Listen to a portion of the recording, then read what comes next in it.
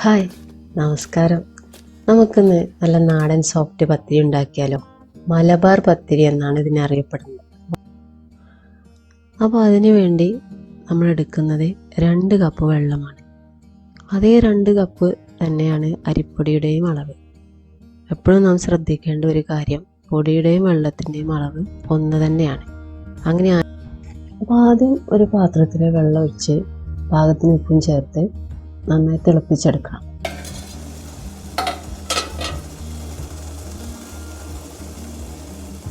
അപ്പോൾ നന്നായി തിളച്ച് വരുമ്പോൾ എന്ത് ചെയ്യുക, നമ്മുടെ ഈ 2 കപ്പ് പൊടി അതിലേക്ക് ചേർത്ത് വെക്കുക.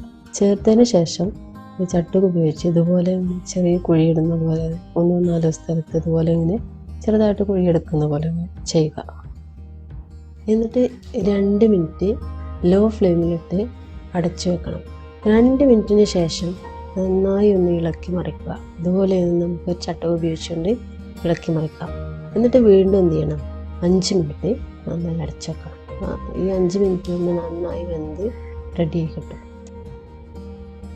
ഇപ്പോൾ അതാ 5 മിനിറ്റ് കഴിഞ്ഞിട്ടുണ്ട്. ഇനി നമുക്ക് ഇത് വലിയൊരു പാത്രത്തിലേക്ക് എന്ത് ചെയ്യണം, ഒഴിച്ചെടുക്കണം. ഒഴിച്ചെടുത്തിട്ട് ചെറിയ ചൂടാവുന്നത് വരെ ഒന്ന് കാത്തു നിൽക്കുക. ഈ ചെറിയ ചൂടെന്ന് പറയുമ്പോൾ നമ്മുടെ കൈ പൊള്ളാത്ത രീതിയിൽ. അപ്പോൾ ഇതുപോലെ ഒരു പരന്ന പാത്രത്തിലേക്കാണ് നമ്മൾ ഒഴിച്ചെടുക്കേണ്ടത്. ഇനി നമുക്കുള്ള പണി 5 മിനിറ്റ് നല്ലപോലെ കുഴച്ചെടുക്കുക എന്നുള്ളതാണ്.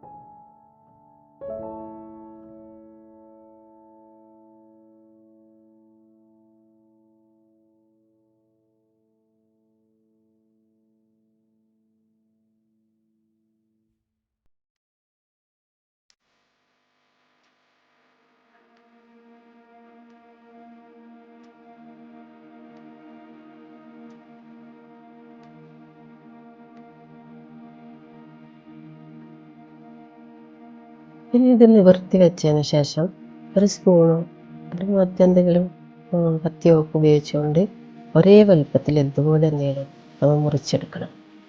നമ്മൾ പത്തിരി എല്ലാം ഒരേ വലുപ്പത്തിൽ കിട്ടാൻ വേണ്ടിയാണ്, ഒരേ വലുപ്പത്തിൽ ഒരേ അളവിൽ കിട്ടാൻ വേണ്ടിയാണ് നമ്മൾ ഇങ്ങനെ ചെയ്യുന്നത്.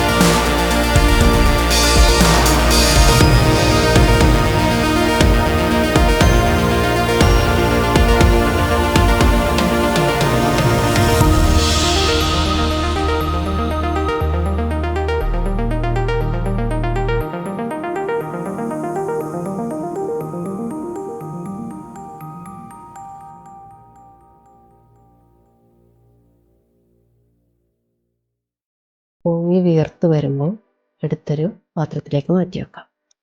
ഇനി കോഴിക്കറിയോ ബീഫ് കറിയോ മുട്ടക്കറിയോ തേങ്ങാപ്പാലോ ഒക്കെ ചേർത്ത് കഴിക്കാവുന്നതാണ്. അത് നമ്മുടെ ടേസ്റ്റിനനുസരിച്ച് അല്ലെങ്കിൽ നമ്മുടെ താല്പര്യത്തിനനുസരിച്ച് നമുക്ക് ഏതിൻ്റെ കൂടെ കഴിക്കണമെന്ന് നമുക്ക് തീരുമാനിക്കാം. നമ്മളിപ്പോൾ ഇവിടെ കോഴിക്കറിയുടെ കൂടെയാണ് കഴിക്കാൻ പോകുന്നത്. താങ്കൾ ആദ്യമായിട്ടാണ് നമ്മുടെ ചാനൽ കാണുന്നതെങ്കിൽ ഒന്ന് സബ്സ്ക്രൈബ് ചെയ്യണേ. അതുപോലെ ഇഷ്ടപ്പെട്ട ആ ലൈക്ക് ബട്ടണും അമർത്തിയേക്കൂ. മറ്റൊരു തനത് റെസിപ്പിയുമായി നമുക്ക് വീണ്ടും കാണാം. അപ്പോൾ ഓക്കെ, ബൈ.